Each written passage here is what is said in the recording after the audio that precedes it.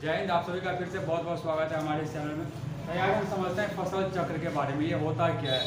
तो देखिए, भारत में मानसून जलवायु पाई जाती है और यहाँ पर जो फसल होता है वो बेसिकली मानसून पर आधारित होते हैं। जो भी कृषि होती है वो मानसून पर आधारित होती है। तो भारत में मुख्य रूप से फसल का जो चक्रण है उसको 3 भाग में बांटा गया है। एक हमारा होता है खरीफ, दूसरा रबी और एक बीच वाला होता है जिसको कहा जाता है गर्मा या जायद। अब हम समझते हैं कि इसका जो रोपने और काटने का समय होता है वो कौन से महीने के बीच होता है, इसके अंतर्गत कौन कौन से फसल आते हैं। तो आज उस चीज़ को हम लोग समझते हैं। सबसे पहले बात करते हैं खरीफ फसल का।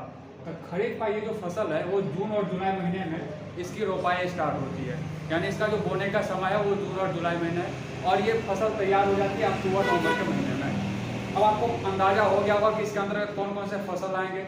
तो जून जुलाई में रोपने वाले फसल, तो इसके अंतर्गत आते हैं आपका धान हो गया, जिसको आप चावल भी बोल सकते हो, धान या चावल। इसके अलावा एक और फसल है जो इस महीने में बोई जाती है, वो है हमारा मरुआ, जिसको हम मरुआ कहते हो या फिर रागी।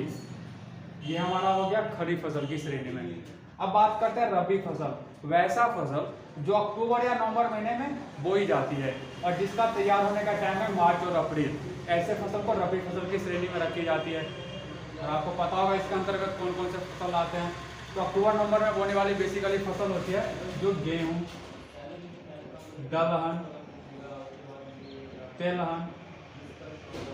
दलहन के अंतर्गत आपका मसूर आ गया। ये सब हमारे पूरे के पूरे रबी फसल है।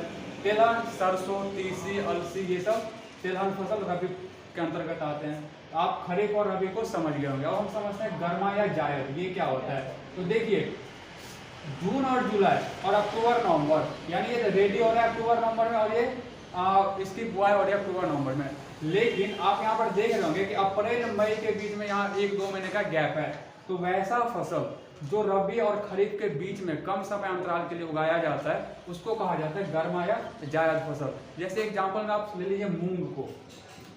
मूंग एक दलहन फसल है जो गर्मा या जायद फसल के अंतर्गत आता है। जब हमारे खेतों में धान की कटाई होती है और गेहूं की बुआई होती है तो उसके बीच में कम समय अंतर्गत के लिए दाल की फसल उगाई जाती है जो मूंग होता है, जिसको हम लोग जायद की श्रेणी में रखते हैं। हमें उम्मीद है आप लोग इसको समझ गए होंगे। हम नेक्स्ट क्लास में बात करेंगे क्या होता है वाणिज्यिक फसल, नकदी फसल क्या होता है, इस सब के बारे में हम नेक्स्ट क्लास में बात करेंगे।